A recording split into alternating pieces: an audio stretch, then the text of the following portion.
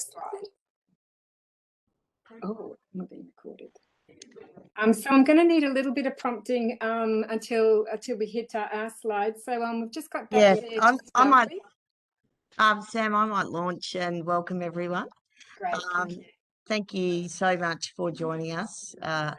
Sam Rogers, we know you have done such incredible work all around Australia, but also internationally around the visible learning work. And we're delighted for you to be joining us today. And Professor John Hattie, another great occasion for you to be joining us. So here we are.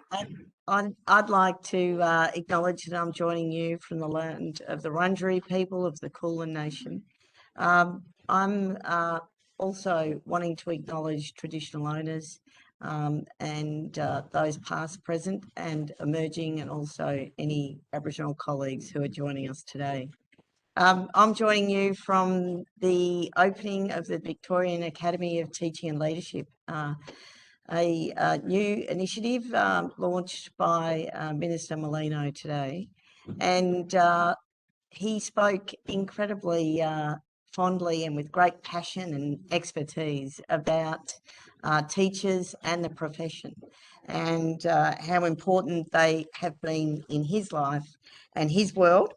And he spoke in particular about Mr. Dent, who he had in grade 6, and Mr. Desmond, who was his politics teacher in year 12.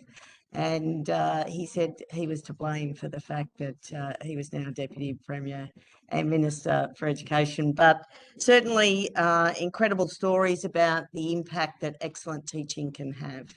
And acknowledgement of your work, John, and yours, Sam, around what I call visible teaching, but I know is visible learning also. So over to you today, leading engagement, constructively aligning the 6 pillars of lesson design. Really looking forward to hearing from you and continuing my learning. And thanks, Maria and the team, for getting us here today. Over to you. Thanks. Okay, thank you very much, Kate. Really appreciate that. Yeah, we want to extend a warm welcome to everyone who's joined us. John and I are very excited to be talking about the 6 pillars of lesson design, and also the importance of being able to constructively align those to get that maximum impact for our learners. Today, because we have so many people, and thank you very much for joining us. I know it's such a busy time of the term for everybody, so really congratulations for being able to get here with us. We really appreciate it. But we've got this protocol here that will help us really interact and engage with one another, because it is such a short session and there are so many of us. So this is something that John recommended. It's a CIQ protocol. So anytime that you hear a connection or you can make a connection between John's research and your own practice, in the chat, you're invited to put a C and then write down what that connection is so we can see what that is.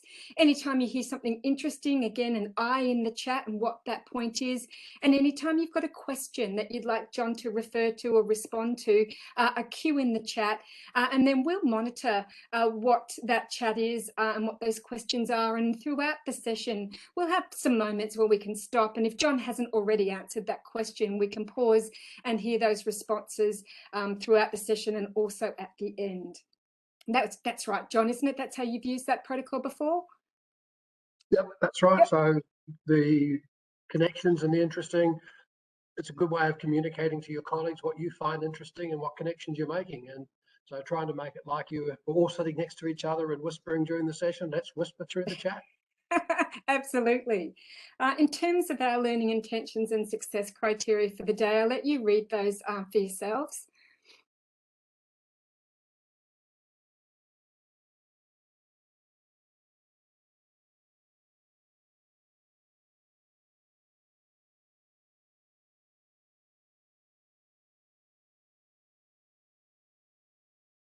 Just want to make sure we have clarity around what we're doing here and why we're here.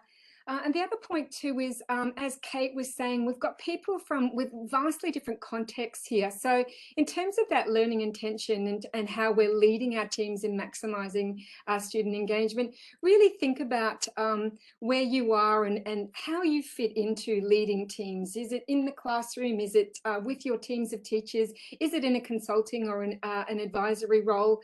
And try and adapt and put yourself into that position and think about where you fit in terms of what we're talking about and the role that you particularly play. But in terms of that first success criterion in defining engagement, let's crack on and get into it. And this, the first part, we're going to really think about the prior reading and the pre-reading that you received. And you may or may not have had a chance to have a look at that, but there were 3 short readings there. The first one was about engagement and clarity. The second one was a reading by John about the constructive alignment of the 6 pillars. And the last reading was about Amy Berry's levels of engagement. So we're going to launch a Padlet in just a moment for you to think about what's your prior knowledge and your prior learning around engagement, so we can start to have that shared language and understanding about what we're talking about here in this session. So if we could launch that Padlet, and please, we invite you to write down your understandings of what engagement is and how we're going to refer to it from that pre-reading or from your own understandings. Or if you'd like to just look at what people are writing and thinking about where does that fit in terms of the one that you most closely align to in terms of that. So do I need to stop sharing, Adriana, or are you just going to take over? No, that's okay, Sam. The Padlet link is in the chat. It's been sent from Lise. Okay, So right. if everyone just clicks onto that link. Sure. I'll just pull up my chat as well so we can all see that. Did you So I want me guess to everyone just does it themselves. So we can Yep. And then everyone will be able to see that page and add to that page. Okay. If you're having trouble getting to that page, I guess you could always put it in the chat if you wanted to.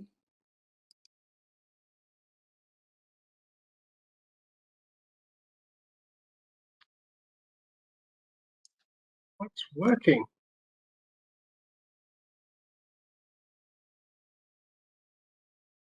I'm starting to see comments come up in the Padlet chat. Yeah. If I stop sharing, we might be able to pull up the Padlet here on my page.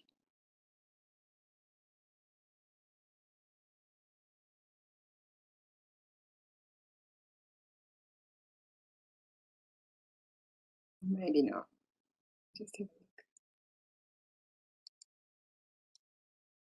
Sam, did you want me to share it? Yeah, Yes. if you could, that'd be great. It's just I'm going to have to get out of my PowerPoint. It might Sure. be difficult. Yeah, so if you could do that. Fab. Okay, can everyone see that? Yes, we can, Adriana. That's great. Thank you. Thank you. Again, with 300 people joining in, it's going to be great to have a look at.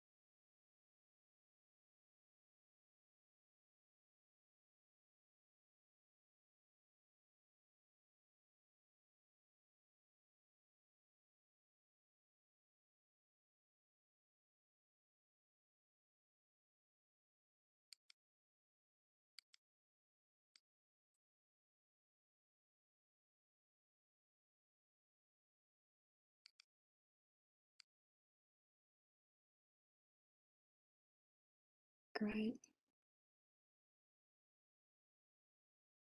Wow, it's going to be so handy for us to and have as one of our little artifacts. Fantastic. Participation. For me, I had engagement as the meaningful connection of the learner to the learning. So I can see some very similar comments being made there. Connection with material, understanding the purpose. Fantastic.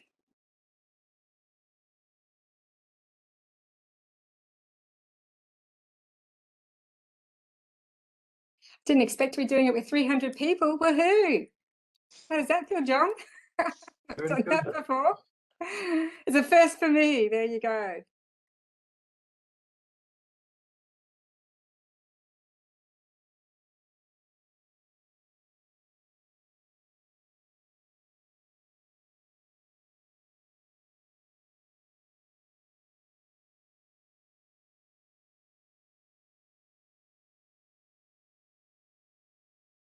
And I'll definitely be coming back to this after the session because I know there are just going to continue to be more and more added as we go throughout the session.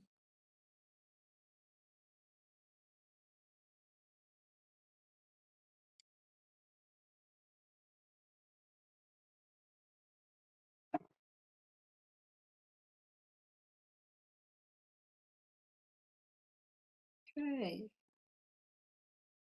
What I might do is just share back to my slide share now, Adriana, if that's okay. Yeah, that's fine. Okay, I think everyone who's wanted to put something up there has had a chance. If not, please continue to put yours up there. We definitely want to keep seeing these. I'm just going to make sure, yep, that's all good. Share. But what we're going to do now is John's just going to share. We've got here Amy Berry's levels of engagement. If you weren't able to get to that pre-reading, here's Amy Berry's research, and John's going to spend a couple of minutes talking about this particular piece of research and why he really likes this piece of research. Well, the interesting watching and reading your comments in that Padlet, and I saw a lot of participating, being active. There's agency and voice. I was particularly, my eyes lit up when I saw compliance to commitment. But what Amy did, she was part of our team in our Science of Learning Centre here at Melbourne, is she went out and kind of like you've just done, she asked about 1,000 teachers around Victoria about what their conception of engagement was. And the dominant theme was participating. We know kids are engaged when they're doing the tasks, when they complete the tasks. Now, the hard, sad truth is that in a lot of participating, sometimes there can be very little learning. For students and for many teachers, participating means compliance to do something. Now, as you're going to see, there's nothing wrong with that in a way, but engagement, as many of you have hinted in the past, it's a lot more. If I was now talking to a research community, the dominant argument there is that engagement's about behavioural, social and emotional. And there's beautiful scales and lovely factor analysis, but it predicts nothing. And so we didn't want to use the current models out there because whilst they're beautiful and seductive, they don't tell us anything. And so from the work that Amy has been doing, she's developed this model, and you can see participating is right there, following instructions, getting done. But then engagement is about moving to that investing and then driving. Some of you, I would think, would see that in terms of agency and voice, but I struggle with the concept of agency and voice because it's voice about learning, not just voice for the sake of voice. And agency is a bit of a problem because novices need experts to help them. They're not in control of their own learning. They don't have agency. In the traditional sense of agency is that you're on your own, you can do it by yourself. I don't think that's what some of you mean, that you do it by yourself, but getting the concepts right is pretty important. So Amy developed the 6-point model from the participating, investing and driving. And the argument is, where is each student now in this lesson? Are they participating? And our role is to move them up to investing, to driving. When you look at the 3 negative sides, it turns out that it doesn't matter whether the student is withdrawn, avoiding, or disrupting. Their performance is very similar. They usually have opted out of this thing called learning. And so once again, trying not to avoid those kids, shouldn't use the word avoid. Try not to overlook those kids who happen to be avoiding and withdrawing. Some of those kids have got 5 or 10 years of great experience of kidding you that they're participating, investing and driving, but they are avoiding and withdrawing. And obviously the disrupting kids are very present. So Amy's model, as you're going to see, is the one that we particularly like because you can do something with it. You can see where the kids are and you can move them through. Yeah. And so what we're going to do now is we're going to have a look at a video where it's a video from the United States. And I've cut it to about 2.5 minutes where the teacher has given the students that information that you've just seen there and is asking them, they're doing a jigsaw, asking them to have a think about what it means to be in each of those phases and getting them sort of self-assess what that's like. So as we're watching this, again, in the chat, write down what you notice about the student conversations and what they can say about their behaviours and what they notice about each of those particular phases. And once we've done that, John's going to link that to his visible learner model. So let's have a look at what these students have to say. Here we go. Okay, so here's what we got. I'm going to take us through kind of this like a jigsaw, and I want us to get to a point where we can just kind of self-assess ourselves. What do you think? Right? Okay, so when I think of disrupting, I think of obnoxious behavior that might disrupt our learning. What kind of obnoxious behavior? So like, kind of like what Hayden did earlier, when you like tap somebody and you're like, and you keep tapping them, but they don't want to be bothered because they're learning. What do you think the difference is between avoiding and withdrawing? Avoiding for me is like purposely avoiding, losing interest. It's just like I don't feel like doing it. Right. Investing looks like participating. Actively participating, Actively raising your hand, participating. taking notes, good notes, feeling like what you're learning is important. Why is that like vital? Because then they'll be interested too. Good, and not only interested, but like you'll be more engaged. You'll be like, You'll enjoy it more. one more time. You'll enjoy more. You'll enjoy it more. Good. What else? Right. So according to what we see here, driving is setting goals, seeking feedback, driving your learning, and tracking your progress. Right. How do you do that? How can you ensure that you're driving your learning? By doing the most you can to learn. Good. We're doing the most you can to learn, but like, what does that look like? Does that look like contacting your teachers? Yeah. Making Right. sure everything is turned on time, making sure Checking in when you don't remember. Checking in. What about when you're absent? being prepared. Emailing your teacher Being prepared, catching up. Good. How do we do that? Here. by doing what you need to do. Yeah, but like when you're absent, where would I tell you to go? To Canvas. Canvas, right? Everything's on Canvas, right? Right. And then the last one that we talked about was like self-assessing. What is that? What does self-assessing mean? Where you're at, like as Seeing where you're at. a learner, how much you know. Perfect. That doesn't have to be like a test, right? That could be you just kind of reflecting, just taking a step back. How well do I know this? What do I need Perfect. to learn? And I- We talked about basically driving, like, it can fall in the line with pushing yourself to do better in the classroom, not only a classroom setting, but a learning setting, anywhere you could really learn. So, yeah, so for example, What did you guys do? a big one for me was the success criteria. If you could leave the classroom knowing that you accomplished, and you could put a check by the success criteria, that's a big one. Good.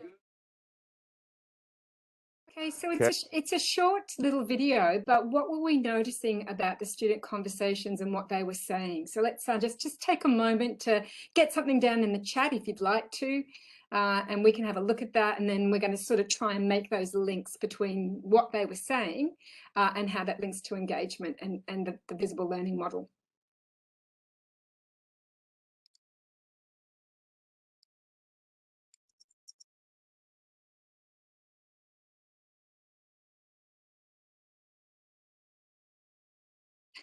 I love how some people are identifying their own students and children.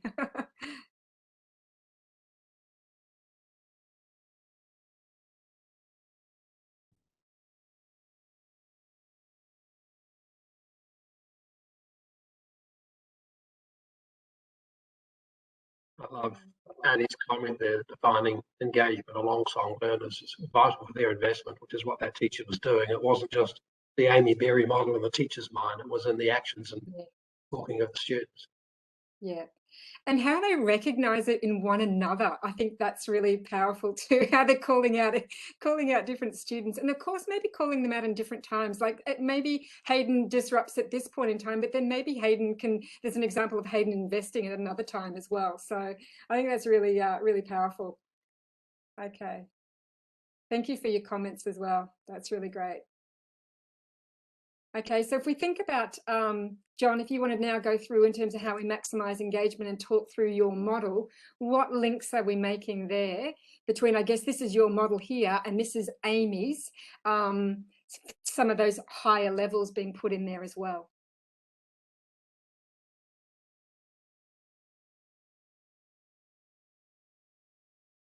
Good time to hand over, Sam, because you're going into submarine mode. As you've noted, that the students could articulate the different behaviours, and that teacher was trying to get also to the students to identify where they were in that particular lesson. Right? The worry sometimes is we have a generic concept that a kid is a disruptor or withdrawn. No, it's in a particular lesson, and the teacher having the students identify where they are is one of the first steps to then moving them up to the next level. And if you'd watched more of that teacher's class, he does talk about how our job now is to move up the levels. Not everybody starts at investing and driving. Sometimes the participating is a necessary start. And so what you see here is the fundamental model of what the visible learner is. And starting with that notion in the green there, the goal setting part. And that students being able to understand the goals and articulate them. One of our worries in our business is sometimes we as teachers have brilliant success criteria, but what do the students actually interpret from that? Are they interpreting it the same as what you're doing? And then we move on to the next sections about what you heard there, the tremendous amount of asking questions and the collaboration of together. And it's fascinating when you look at what employers are asking for now.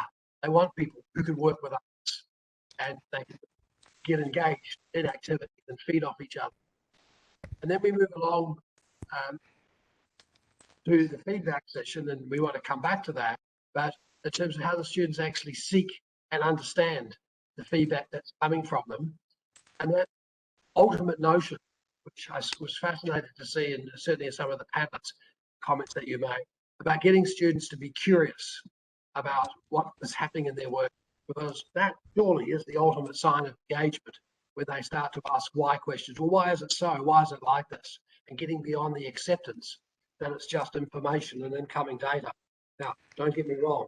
There's nothing wrong with learning the data and the ideas and the knowledge, because that's the basis for going to that next step of asking questions, asking how they're going in terms of their progress, and really getting them engaged in the work.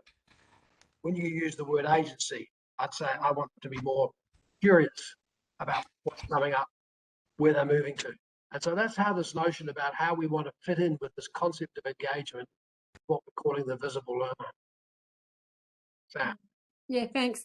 So we're going to launch a poll now, and I just want you to think to yourself, if you were focusing on in maximising engagement now with your learners, what would be the key area that you'd like to focus on? Would it be on, working on their dispositions, their learning dispositions? Would it be on getting them to be able to set their own goals and monitor their own progress? Would it be on those learning processes, asking questions and collaborating? Or would it be that they would be able to seek feedback and act on that feedback? So if these are the key areas of investing and driving, to maximize engagement, then where would you want your learners to be, starting that improvement of maximizing engagement? So just a chance for you to do that. So okay, so here you should, there we go. Just a chance for you now to click on which one you think you might be the most interested in, because throughout the session, I'm going to use an example, and it's be great for you to have one of these examples in your mind as we go through the rest of the session. So as you click on one, you'll get to see what everybody else's response is. So I'm going to click on mine and send mine. and you'll get to see where everyone else is thinking their heads are at the moment. Just again, we won't hold you to it, but it again creates a little bit more interaction with the session. Look at that. There. Interesting. So we're looking at the dispositions are important there, getting some good headway today, and also the collaborative learning and sharing with one another. Oh, that goal setting, we're getting a tussle there, aren't we? We're getting head to head here. I'll give you a few more moments just to see what's going to be interesting. And again, as we go through the session, when we look at one of the case studies, you can think to yourself, well, how would I apply this to the area that I'm most interested in?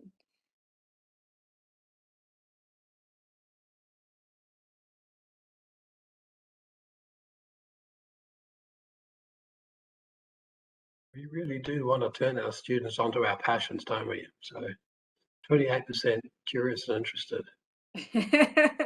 Absolutely. Which is great. Not the one I picked, though. It is not the one that you picked? No. Oh, what did you pick, John? Tell us. Oh, look, I've been struggling in the last few years, as you know, trying to find ways to do the collaboration and students working in teams. Yeah. Oh my gosh, it's hard. Not easy. Yeah. Whoever said that teaching and learning was easy, though, John? One-on-one I can do it, but getting them to do it in teams and groups and not social loafing and sharing credit and coming up with ways to assess the individual's contribution to the group. It's not easy, but that's why I chose that one. But I'm kind of delighted because I think that passion of being curious is the essence of moving up the engagement scale. Yeah, and suspending judgment and letting curiosity sit there for a while without having to have the answer. That is often very difficult space for a student to be. Thank you for that, Adriana. You see it in your face with 5 and 6 year olds. Yes. But they lose it when they think their job is engagement is to comply, to sit up straight, watch the teacher work. And so that notion of engagement often is the killer of curiosity. Wow, there you go. There you go, straight from John there. Absolutely, I agree. So what we're going to do now is rather than just tell you about the 6 pillars, we're also going to look at this sort of impact model, which is a change model. So John, if you want to just quickly tell us what this model is and the fact that we're going to be looking at the first 2 elements of diagnosis and discovery and intervention today in this session. Yeah, this is a model we've been developing. And like the question we would ask you is, what's your model of implementation? And certainly we've asked school leaders that. We've struggled to get many answers. There isn't a model. There is a set of activities people do, but there's no underlying model. And it's really interesting when you look across the whole of education, there are very, very few.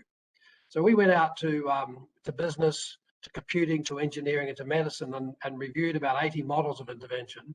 And from that developed one that has worked extremely well in those other areas. And as you said, Sam, we're going to look at 2 of the 4 parts today, making sure that before we start, we do really good diagnosis and discovery. Too often in education, we rush to a toolbox of interventions, or we rush to a lesson plan, or we rush to a teaching method, and we don't ask the question, what is this teaching method the answer to? So where are the students at the moment? What do they bring to the class in terms of their prior skills, their prior knowledge, their prior dispositions, their prior motivations? So getting that right, and then going on to say, let's match the intervention to what the diagnosis was. Then we're not going to cover it so much today. Looking at specific models of implementation and fidelity and dosage, and then evaluation turns out to be the easiest of the lot, because if you get discovery right, it's just discovery repeated continuously through the program. But let us focus today on the first 2 quadrants, diagnosis and intervention. Yeah, okay, so diagnosis and discovery, what's that all about? Well, there you see it there. Remember in Graham Nuttall's work that 40 to 50% taught in every class, the kids know already. No wonder boredom, which is the antithesis of engagement. No wonder boredom is so common for students when they comment about their feelings in classrooms. So how do we get smarter about knowing what students bring to the lesson how we can capitalize on that with some students knowing some stuff already and some not. And what does it tell us in terms of how we're going to have to be fast adapters from our interventions to capitalize on that prior discovery. And it's not just discovery of their knowledge and content, it's sometimes their conceptions and understandings, which may or may not be right. It's also their motivations, which gets to the heart of engagement. Do they want to be there to do that curiosity, to do the things we've just talked about, because they have to? Do they want to be there because they just have to complete the work regardless of the standard, which is kind of a participating kind of level? So what is their dispositions? What is their levels of engagement? And this is one of the reasons why we're so obsessed about telling the students what success looks like up front, because that is a massive way in which they then go on to strive, as they do in their video games, as they do in their sport and their social life. If they know where they're aiming, they're more likely to engage and strive. But that's the key part of the discovery and diagnosis phase. Okay. Yeah, absolutely. So if you said you had an area that you were interested in looking at, so we've got a little case study here that's in your handout. You're given that in the email to start with as we were coming into the event. And I think we can put it into the chats. Maybe Adriana will put that in the chat, the link to it. And on page, I think it's page 3 there, it's just a simple little case study just to show you what diagnosis might look like and what it is that you might be needing to think about, like, you know, in terms of those questions that we just had.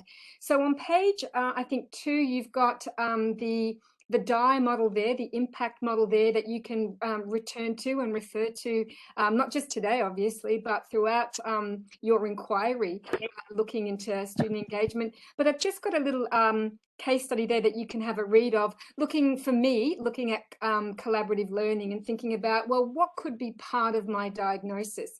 And here it's a little staff meeting looking at some teacher voice about what collaborative learning is looking like, and a little bit about the walkthroughs that have been done in terms of what that looks like. So I'm just going to give you a moment to access that handout and just have a look at that diagnosis discovery phase in some of the ways that you could go about diagnosing and discovering what element or what area of student engagement might need to be the next focus area.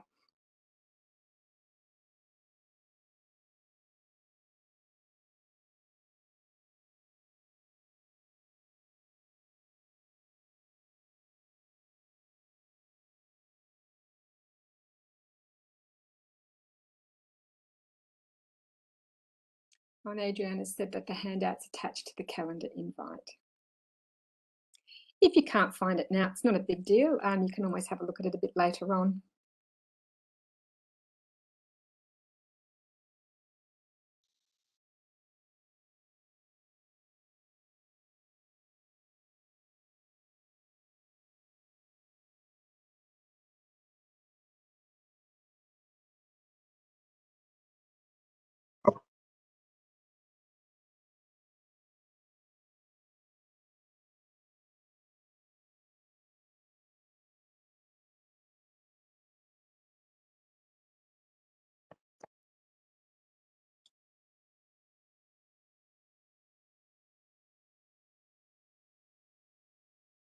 Purpose of the case study, of course, is to make sure that you are asking those questions of yourself and you have got that diagnosis correct. So you are trying to have a goal that actually needs intervention.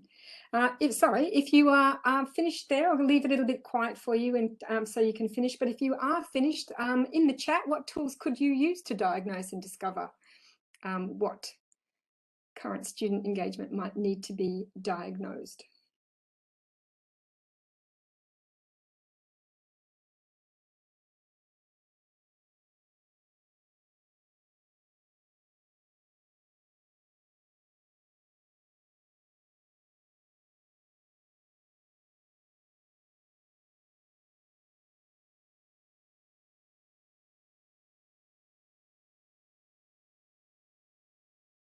Getting some great responses there already. Thank you. Yes, great. John's like, what's a ghost walk? Come on, Trudy, what's a ghost walk? Tell him.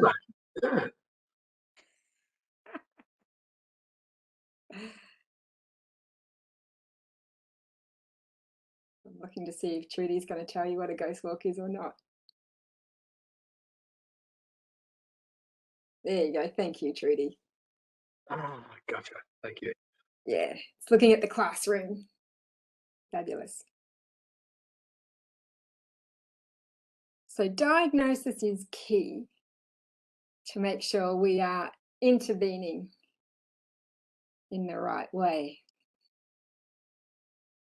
But moving on, keep going in terms of sharing your ideas. Again, Speaking of Trudy's ghost walk, I was in a school and I made the comment I made before about young kids asking about why, when they come to school, they switch to what. And the principal got very angry with me or upset with me. And we're walking around the corridor. So I moved across to a year 1 class, pictures they had up on the wall. And it was all curiosity. It was all why, it was whatever.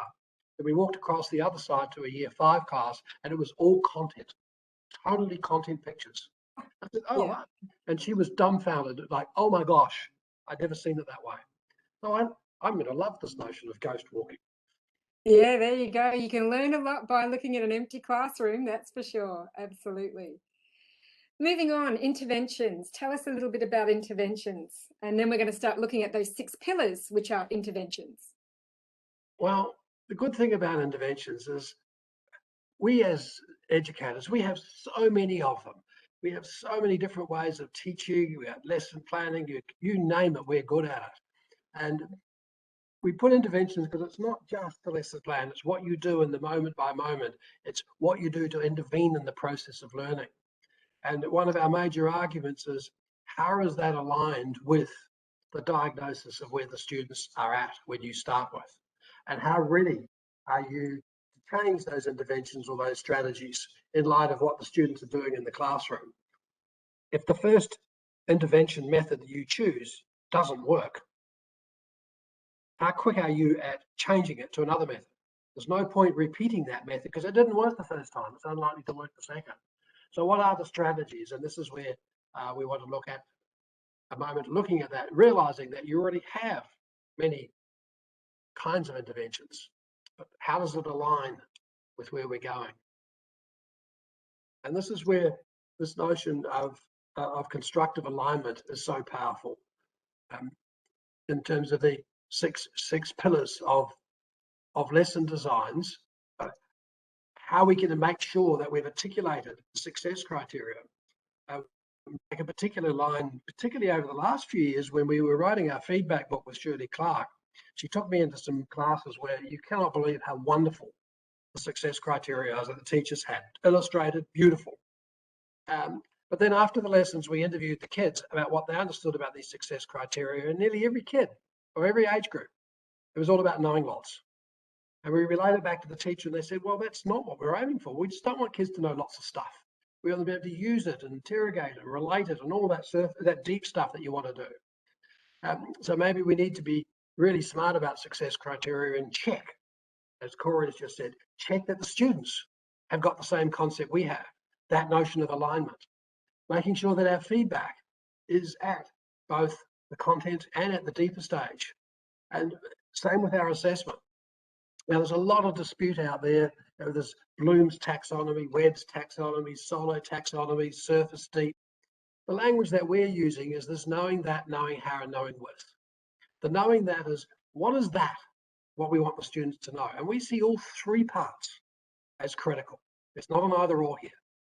The knowing how is how you use that information. And this is where we look at problem solving, we look at deeper relations, we look at inquiry learning. And then how are we going to use that information with a new content area, the transfer? So in some ways, it's the surface deep and transfer. It's the ideas, the relationship, and how then you use it out there. But making sure that alignment is there so that the students are very clear that at this part of the lesson, it's about knowing that. At this part of the lesson, it's about knowing how. And at this part, it's knowing with. Because the default mode for nearly every student after age 8 is knowing that.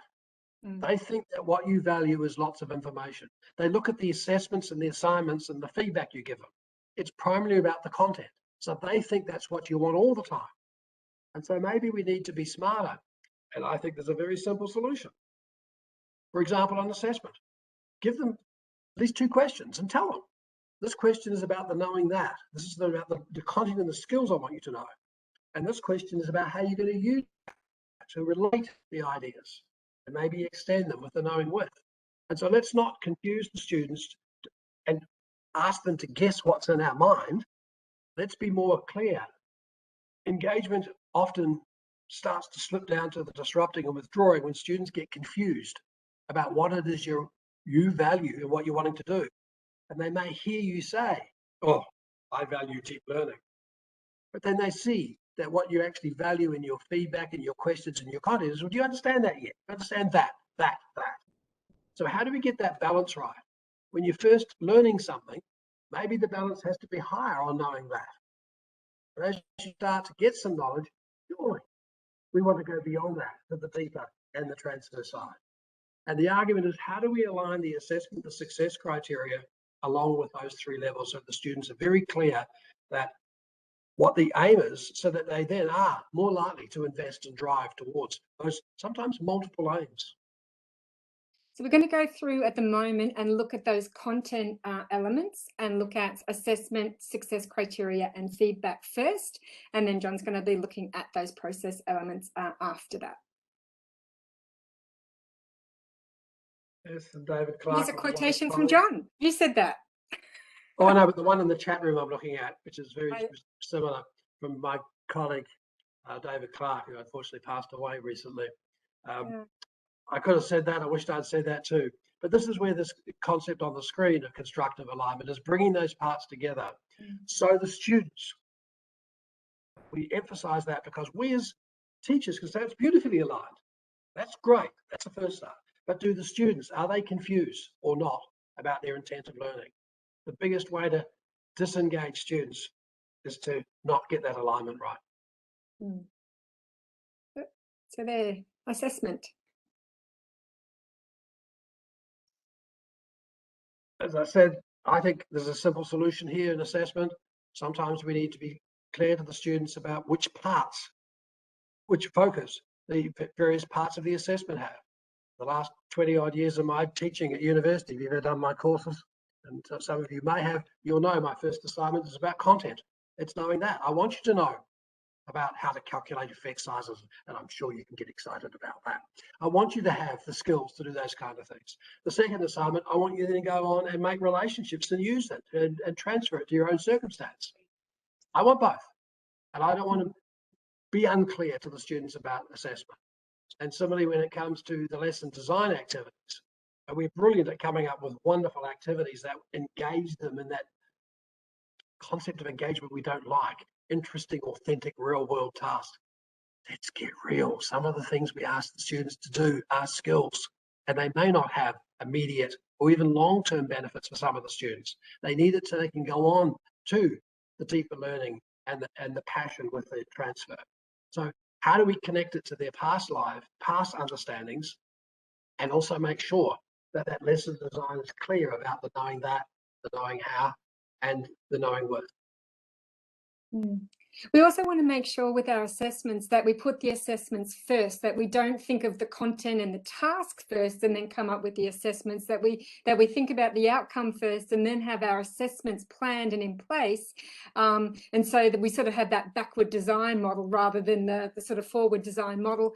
So here's we're going to do a little poll in a little bit in terms of thinking about how balanced your assessments are. So just have a look at this screen and think to yourself, well, in what kind of balance do you have your pre-assessments, your in-learning assessments and your post-assessments? Because we want to put those in fairly early. So have a look at that and think to yourself, pre-assessments are designed to determine what learners already know by providing information on prior learning so we know what the next steps are. So read through them and think to yourself, where do you put your assessments? Where do you spend most of your time and effort in terms of the assessments that you formulate and give to your learners?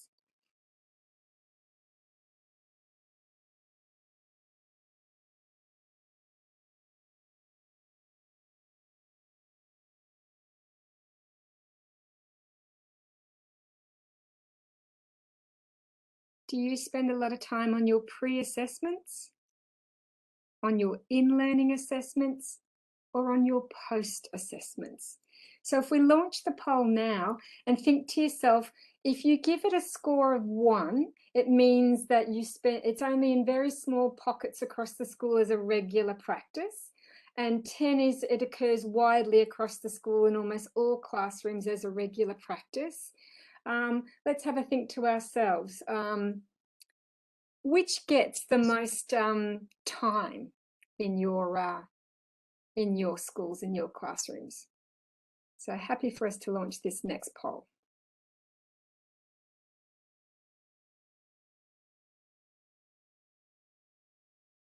I'm just clicking through. So at the moment you can see pre-assessment. I'll click through to the next one. There we Can go. everyone Yeah, see it comes in up. learning assessment? Yeah. Yeah. And then Post-assessment. post-assessment. Yeah, not a surprise really, is it, that we use our post-assessments more than our pre and in learning assessments, but also something important for us to have a think about. Thank you for that, and thank you for bearing with me. Just having a little bit of a moment there with the WebEx poll. Oh, good. Sometimes it goes hiding. Yeah, I just couldn't click on the right thing. Anyway, moving on. We've got to get a wriggle on. Thank you for that, John. Talk to us about success criteria. Well, this is where we want to make sure that the students understand what success looks like. In many ways, it's like playing video games in Angry Bird, that if you didn't know that there was a next level, and if you just went in and kept playing, it'd be very boring. It's like watching, when I first came to Australia and watched an AFL game and didn't know any of the rules. It was not very interesting at all, because there was no sense of progress, there was no sense of how the team was progressing. Then you start by saying, oh, you get so many points for kicking it through that one and so many for that one. What was the goal? What was the success look like? And this is why particularly our adolescents are very, very goal-driven. And so the degree to which we can have our success criteria articulated, but the point we've made so far, we want to come back, and that we understand how they understand what success looks like. This is where worked examples can be very powerful. This is why we are advocating here, Sam and I, that success about the content and the knowing how, knowing with. And many times we say, maybe we need 2 success criteria for a lesson. That makes it clear to the students that this is what we value in the knowing with, this is what the knowing that, and this is what the knowing how. But the other art of success criteria is the Goldilocks principle, Goldilocks principle of challenge. If you set the goal, a success criteria too high, if I set a goal for you now that was so high, like I want you to learn to play canasta in an hour, most of us wouldn't even start. We wouldn't be engaged, we wouldn't be interested, we're out of it. If we thought that in the time we have, the opportunity we have, we're not going to get there, no wonder I withdraw, I avoid, and I can sometimes be disruptive because I'm not going to engage in the activity. We don't want to make it too easy. And I think that's a bigger problem, because if Graham Nuttall's right and 40 to 50% of everything taught in every class the kids know already, kids think coming to class is just doing. I'm going to do the work, I'm going to hand it in. I don't care about the quality. In fact, I don't know, so I'll wait and see, because it's random how, in my mind, what the teacher does when they do assessments. And so that easiness is a problem. But we also don't want it too boring. And that's why getting that right level, and that's in many ways the art of teaching. Now, one thing we want to emphasize here is we're not recommending you have different success criteria for each student. It's just not manageable. What we are saying is you might have set that success criteria for the class using Goldilocks principle, and then have much better understanding of the progress and ways that students get close or attain that success criteria. Like, what you don't want to happen is the kid gets close to but not there, and then tomorrow you move on to something else. Those gaps magnify.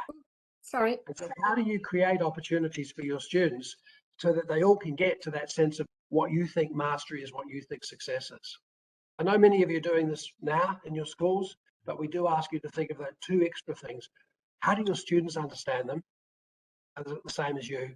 And maybe it might help if you start to split them up to the knowing that and the knowing how. Got an example here of a single point rubric, and I can imagine you can't read that very well. So I've put the full one in your handout so you can read it a little bit better there. And this is a really great example of using success criteria, because it's not just to put up at the beginning of the lesson, to put up at the end of the lesson, but it's a living, breathing document where students can actually use it to look at where they've already got strength, their glows, and they can write that down and provide evidence of that. And they can also discuss and maybe either use peer feedback or self-assess, or even get the teacher to be looking at what they've written down there for their areas of development.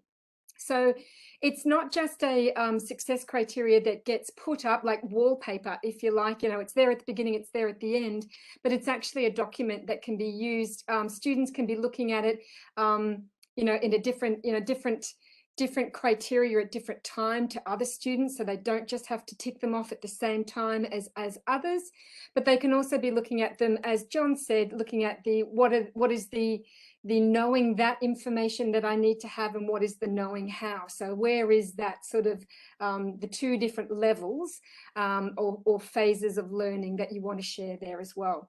So if you're thinking about your use of success criteria, have a look at those 3 criteria in there. Success criteria is created and shared with learners before and during, so they know what it looks like. And then the other 2 criteria in there, and think to yourself, is that like my school? Is it a bit like my school's practice? Or is it not yet like my school's practice? And just have a think about your self-reflection.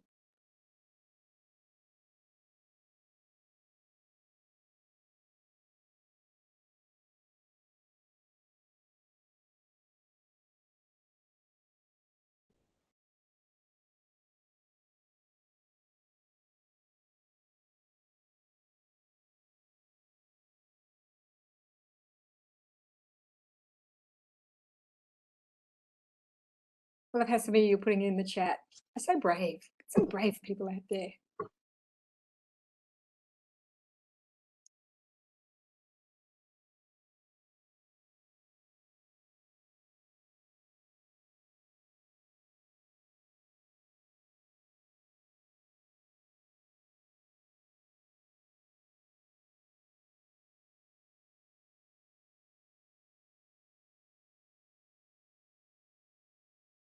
That's great. Thank you for sharing.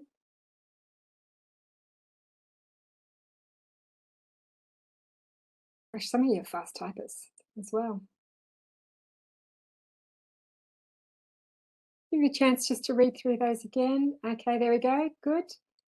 I Again, saw a hint there saying that perhaps it's not explicit, but it's one of the things that I sometimes see is almost mechanical. We have success criteria; they're up on the wall, and that's obviously what I saw one of the respondents wanting to resist. That it's beyond that; it has to be in the heads of the kids.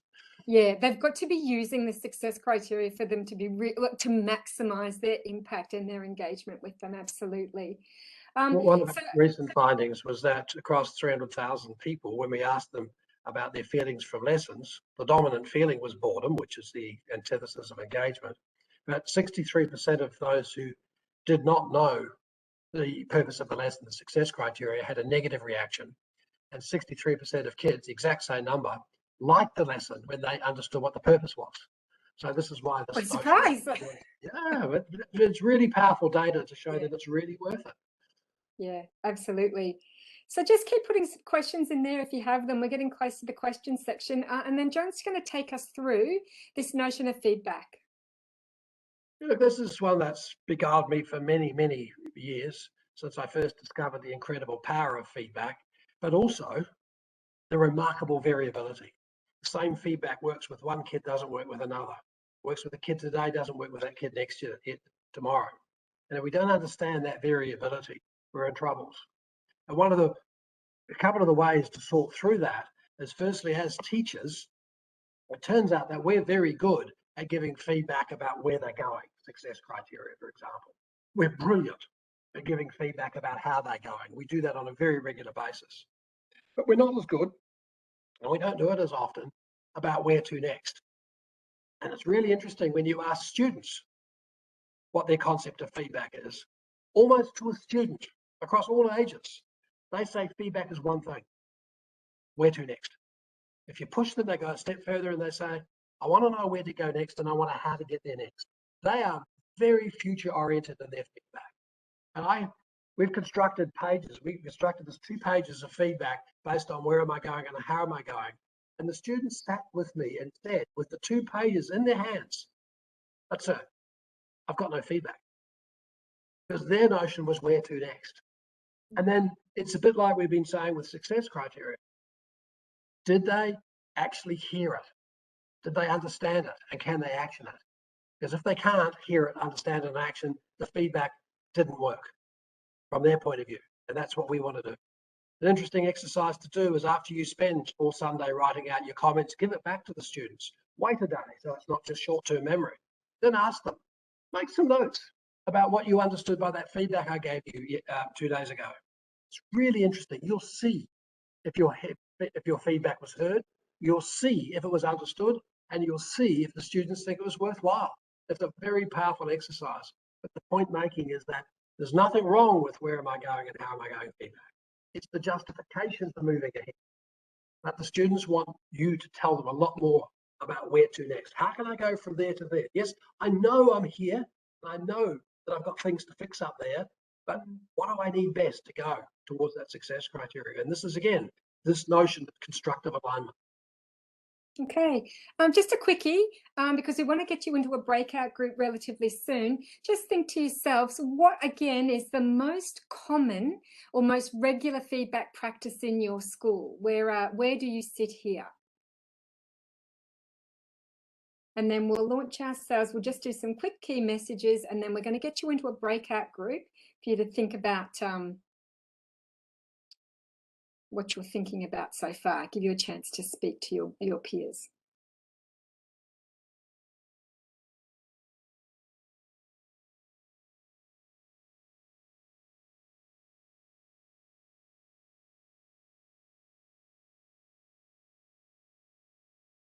John, is there any research based on which ones are the most effective there?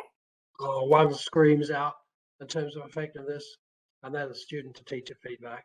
The more that you hear, understand, and action the feedback you get, the greater the impact that has on the student. I notice some of you are saying that you're a bit dominant on teacher to student. There's nothing wrong with that, but in proportion, classes need to be dominated by student to teacher feedback. Absolutely, yeah. So to sum up our key messages, what are they, John? And then Marie, if we've got any key questions bubbling to the top there, we'll look at those. Well, I think the key message is that getting this notion of engagement from the Amy Berry model, thinking of it participation is the first step, and moving beyond that to that investing and that driving, and understanding where the students are in terms of the withdrawing and avoiding kids. Surely they're the easiest kids to turn on to learning if only we acknowledged where they were. And we know that the disruptive kids occupy a lot of our time, and sometimes they are. And other kids allow them to be distractions so that they can avoid and withdraw. And then it's this way in which we can use that momentum that you saw in that teacher's classrooms in San Diego, from moving the students and getting them to understand that we want them to move from participating to investing to driving. We want that constructive alignment so they can get a sense of where they are, where they need to be, using that Goldilocks principle. And then, as we were saying, like in the video games, we want them to take that agency to strive and to invest to get to that success criteria. And the more we can be clear about that. But the mistakes we see is not understanding the students' conception of success criteria. When the students see that our feedback that we give them is predominantly about the content, they think that's what we value. Our assessment's about the content, that's what we value. So how do we align these to really make our classrooms hum? And are there any key questions, a couple of questions that are coming up about content at this point in time, about assessment, success criteria and feedback? Or are we good to go to our breakout session? Sam, there's 2 questions in the chat, and there might be some other people that have got a question. Yeah. And I'm happy to read them out, or do we want to go to breakout? Maria? Yeah, just to sure. save us time, that'd be great. Yeah, no problem. I just want to find the person's name. We've had two that were asked earlier. One was from Kelly Simmons. So how can students decide and reflect on their own success in all areas of learning, like the young person in the first video, not teacher deciding? This is where, if you've given the students worked examples, they can do some pattern matching. How am I going compared to that? And that's a very powerful way to get them to do assessment. Like I hear a hint in the question that sometimes students don't know what they don't know. They don't know how close they are to success. And this is where I think us showing and the levels, that ladder notion that I think one of the other participants put in the room, this is where you are on the ladder. This is why I'm a bit of a fan of data walls and ladders of inference. Where are you relative to success? Another way is to show them other students' work. It doesn't have to be with names on. That this is where this is an example of where we want you to go next. I think it's a very powerful way to get them to move up. Yeah, thanks, John. And the next question that was in the chat was from Trudy Cook. Would it be reasonable to think that some students find it difficult to get to the know-how part? Can you talk to we that? all do. Yeah. Yes, we all do. You give me any topic, and I sometimes struggle. Sometimes actually, I'm much happier in the know that stage because it's safe. I know how to do it. I'm very good at memorizing things and making connections and using the mnemonics. Oh my gosh, I can do that. It's sometimes a bit of a struggle then to do that hard work and relationship. Like my best example is I can collect data from meta-analysis, and I do it probably 2 or 3 times a week. That's easy. That's non-thinking stuff. It took me 15 years to write the art book about the relationship. So yes, it is hard. I think acknowledging that it's hard, kids know it's hard, we know it's hard. What's wrong with struggle being the most desirable word of learning? That's great, John. We've got another question. We've got another 2 questions. One's from AJ. Do principles for learner engagement change at different ages and stages of the learner, such as adolescence? I think that no, I don't think there's the Amy's model changes because we've applied it across all groups. I think where the kids come can change. That in the earlier years, they're much more willing to be compliant and do what we say. And certainly in adolescence, they like every kid, I would argue, particularly adolescents, comes into the class with incredible motivational resources. They just don't want to put those motivational resources to what we value. And I think that's where you get a much more of a resistance to moving into the participation stages. And it can be harder to get them to engage. But we would argue that it can be done, and how we do it is the same across all ages. But yes, I do think that there are different priorities for kids. We know after COVID that the most dominant mode here in Australia, in Victoria, when we asked them about why they want to go back to school, was to be with their friends.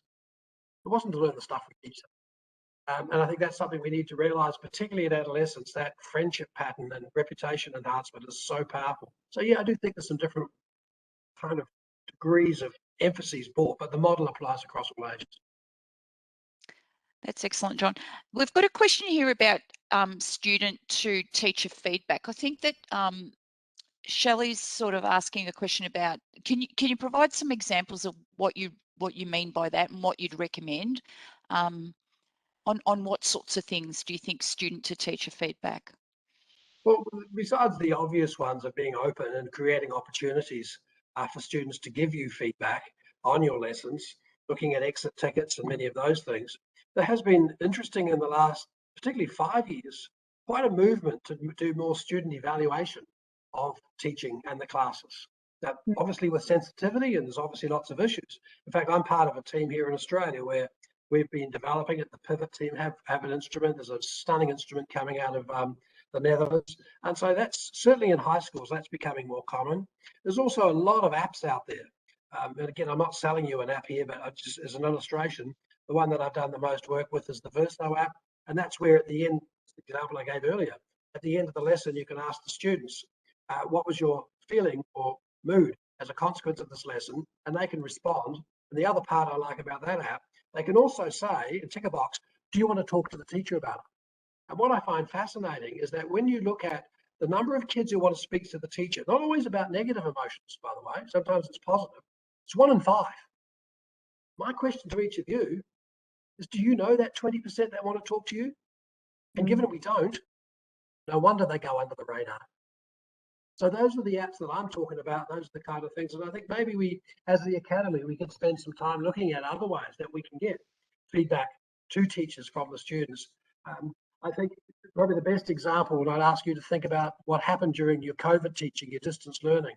I put it to you that you had, using social media, like the chat rooms, you had more conversations about what students didn't know, didn't understand, got wrong, than you have in the regular classroom, where they're terrified of being wrong in front of their peers. I think we've got ways in front of us to do that. Absolutely. Thanks, John and Sam.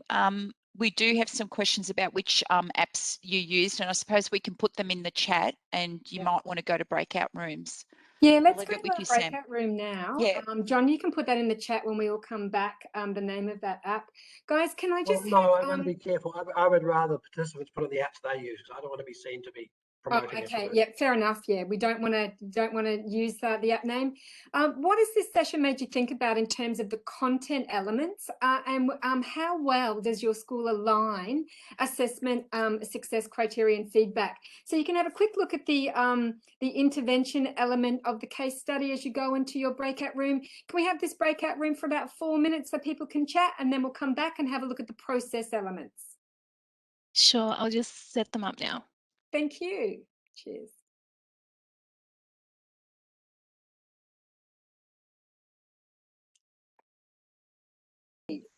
I hope you had a good chance to be thinking about the alignment in particular and the use of assessment, success criteria and feedback. And now we're going to go to the process element of looking at those. And so we're going to be looking at teaching to knowing that, teaching to knowing how, and teaching to knowing with. So here is John to talk you through these 3 areas, the process elements of lesson design. Sure, and this is where looking at the learning model that we've developed that takes us through constructively aligning the strategies that we want students to use at the various phases. Like if you look at the knowing that, the one I want to pick out is outlining and transforming. If students don't know how to outline, take notes and transform, then what they do all day is they just sit there and the incoming comes into them. And it doesn't take them long to turn off, because to them it's just all content, because they have no coat hangers to hang on. So one of the things we invite you to try is tell the students what you're doing. I'm going to give you a 10 or 15 minute talk on topic X.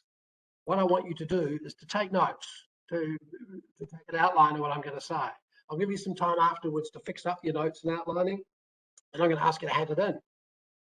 That's a really powerful way for you to see how students are thinking as you're talking. Some of them will hand in a blank sheet of paper. Some of them, worse, will hand in a verbatim script of everything you've said, which means no working memory is going on to connections. And it's a very powerful way, because if you don't know, many of your students are not going to be engaged in any way in your lesson because they have no coat hangers. They have no big ideas to hang all the content. And worse, they'll think that being a good learner is knowing lots. And I think that we don't want quiz kids in our classrooms. We want kids that make connections and do the transfer. And if you look at the consolidating learning, the one that's number 1 is deliberate practice. Like some of our students just practice, practice, practice. So that often reinforces the very things that we don't want to know and do. Deliberate practice is with feedback. Seeking the feedback, us giving the feedback, so that they practice and tweak. I've spent many years as a cricket coach, and I think I'm quite good at stopping them when they're in the practice and tweaking, stopping them and showing them a video what they should be doing, so that they overlearn. Because in a game, I don't want them to think. I want them to execute a shot that they have deliberately practiced. In the same way in our classrooms, we actually don't want the kids to think sometimes. We want them to overlearn certain things so they can come on and then use it with the knowing how part. If we go to the knowing how part, overlearning certain things in that consolidation phase we just talked about is only valuable if we go on to this knowing how. If the overlearning is just to pass a test, you know what happens the day after, you forget it all. So with this knowing how, this is, for example, strategy monitoring. This is helping the kids monitor the strategy they're using, the learning strategy they're using, to see if it's working.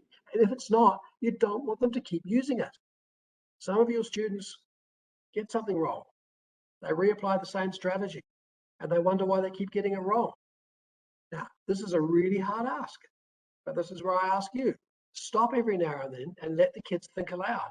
Stop every now and then as a teacher and you think aloud to the students. This is how I'm going to solve this. This is how and deliberately make mistakes. That's what kids do. Of course they have to do it because they're at the edge. They're in that zone between what they know and what they don't know. So errors have to be seen as part of the success. And so that monitoring of strategies and the consolidating deep learning, my goodness gracious, this is the time where I want to hear kids talking aloud, thinking aloud, explaining aloud, monitoring aloud, questioning aloud. At the knowing that, that's not the time for kids to talk. As Graham Nuthall showed, at that stage, when a kid talks at the knowing that stage and they give another kid wrong information, the kid's more likely to remember it no matter what you say. But at this stage, after they've got the knowledge, after they've started to do some evaluation and some self-regulation, that's when we want them to go in to the pit. That's when we want them to do problem solving. That's when we want to do it. And sometimes we get teachers going to that phase before the kids have the notion. We're suggesting maybe we need a readiness test. How ready are kids to go into the problem phase? Because we know problem-based learning has a notorious failure, primarily because too often the kids don't have the content to do the problem solving about. So aligning in that constructive aligning to make sure that we deliberately teach the knowing that, and we deliberately teach the knowing how. And often the same methods don't work for both. So that's our major message here throughout this evening. If I think about knowing how, and someone was asking before, how do you help students go into the knowing how, because it can be really difficult. I often think of the two words self and peers. And that's where you're getting either they're asking themselves questions, or they're sort of elaborating to themselves, or they're using that discussion and they're asking their peers and going deeper by asking each other questions or themselves questions.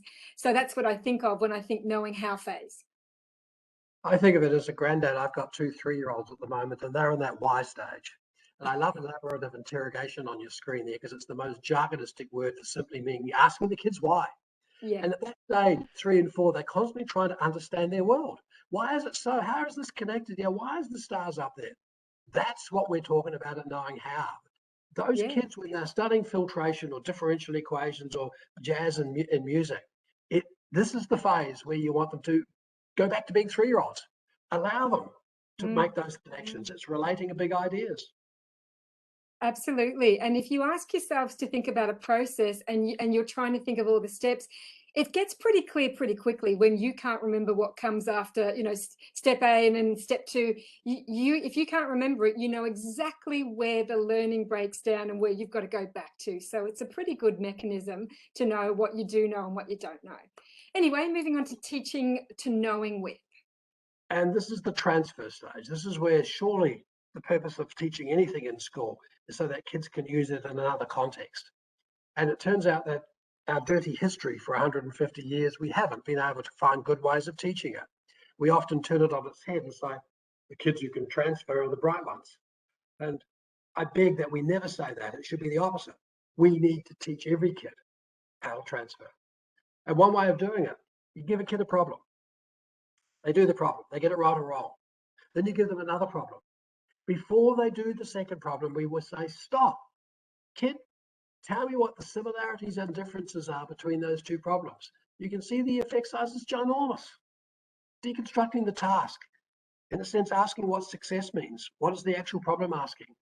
And there's pattern recognition, constantly looking for pattern. Once again, we're good at doing that with the kids at 3, 4, and 5, and then we forget, and we think it's about knowing lots. The kids want to see patterns, and that's when they start to see patterns and say, now, how does what you learned here, how does it relate to what you're being asked here, and how does it not relate? That's how you go about the knowing with part.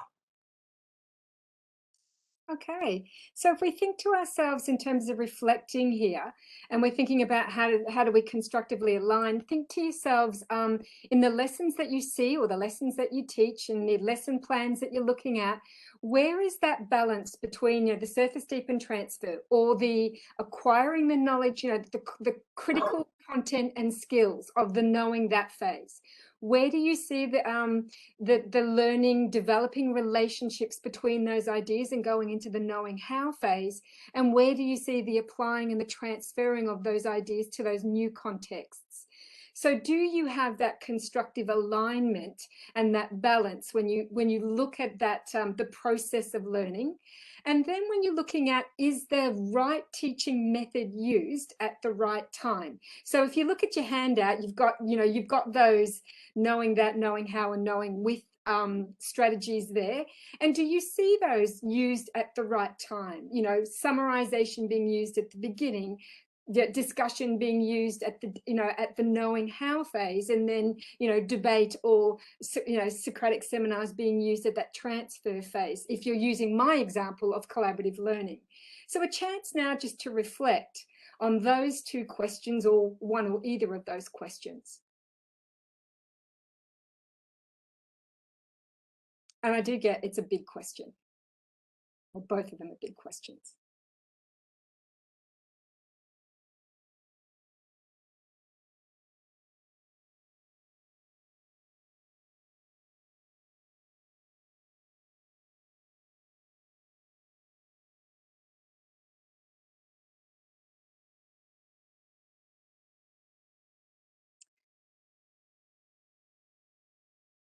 Yep, some good comments there from Trudy and Wendy. Thank you.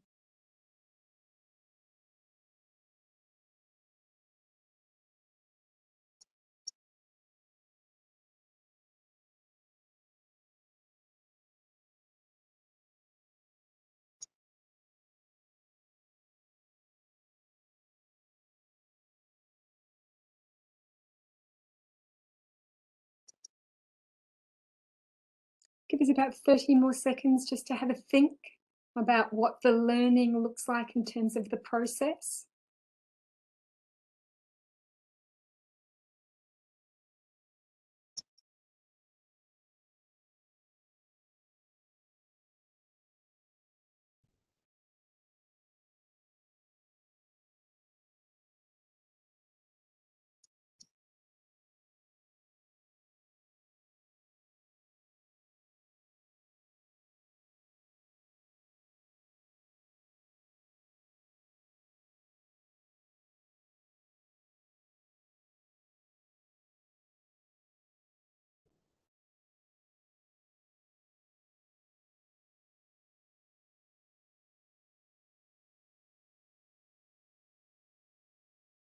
And some interesting notes in the chat there. Absolutely. I think they're all using a very similar body of evidence. John, do you want to take us through those key messages? And again, any questions that are coming up? Because it is getting close to us wrapping up our session tonight.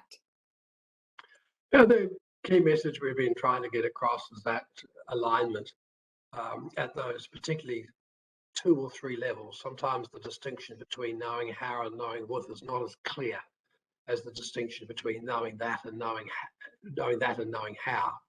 And then how do we get that clear to the students so that they know what your priorities are, what your values are. They know that this is what you value, both the knowing that and the knowing how and with, and then aligning your teaching and your assessment and your success criteria to those proportions. And that the more you can do that, the more we have the chance of moving students beyond those participating stages, engaging in lessons, and not saying at the end of the lesson, that was boredom, which is usually a cry and a scream that they weren't understanding, involved, or learning. Mm. And Maria, did we have any questions that were popping up at this point? we can probably, I guess, leave if anyone's got any questions, start popping them in the chat for us. I just want to go through some other points before we do our evaluation, and then we can get to those questions.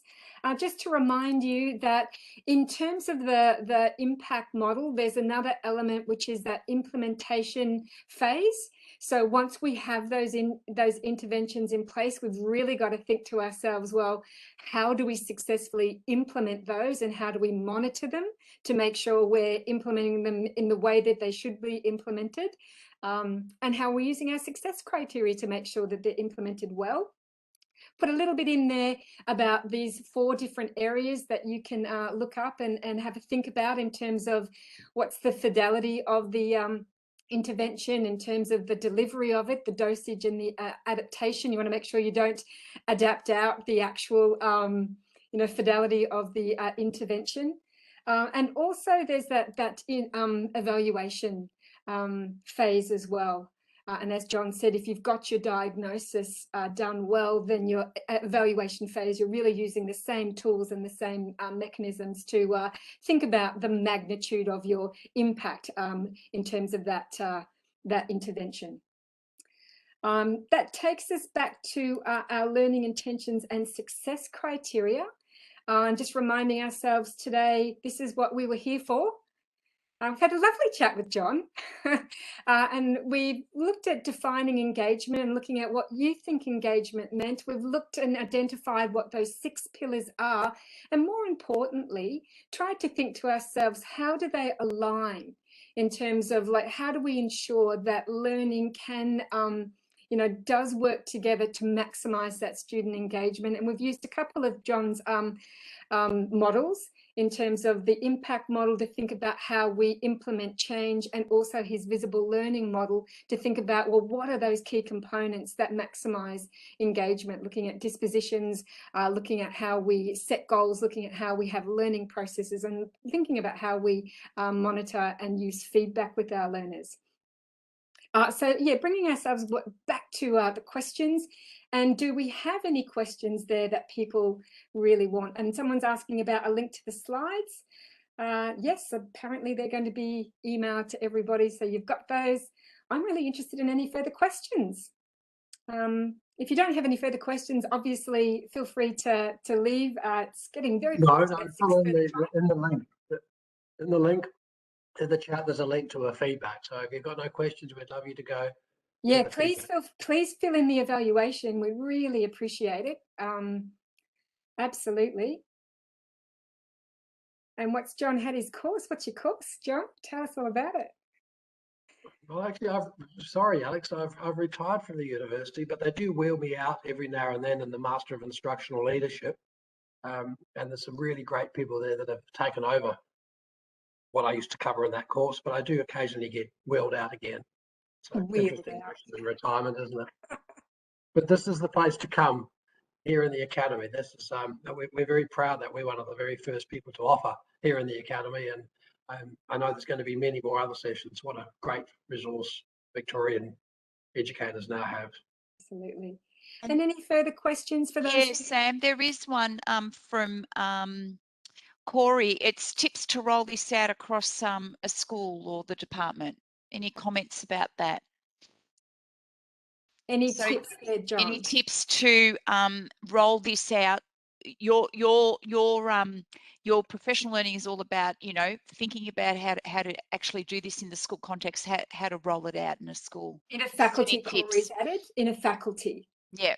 Yeah, look, I don't know about a system. I talked to Mr. Molino and Mr. Zatter, but in your school, all I ask you to do is start exactly where we started today. Start with discovery. Don't assume.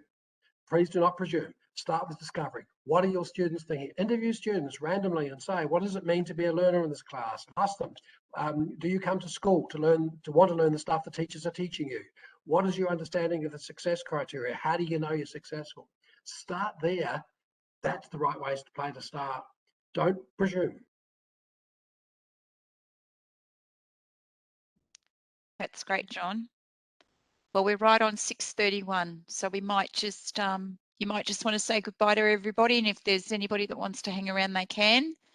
Yeah, feel but free thank to you. if you're ready. I think dinner might be ready for a couple of us. So if you've filled in your evaluation, and if you don't have any further questions, it was lovely to have you with us for this session. Doesn't time fly when you're having fun? It was really nice to see you all. I'm sure John wants to say goodbye. I'm just always hogging. Tell me to shut Thank up. you very much. Thank you, and enjoying the same passion that you have, that we have, about making a better life for kids. Thank you. And on behalf of the Academy, thank you, Sam and John, for a great session this afternoon. And thank you, everybody, for being with us. Yes, lovely to see you all. What I might do is I might not share the screen anymore. Sharing. There we go. There we go. I can see you all. Oh, look, and someone's using their emojis. We got some advanced learners in this group.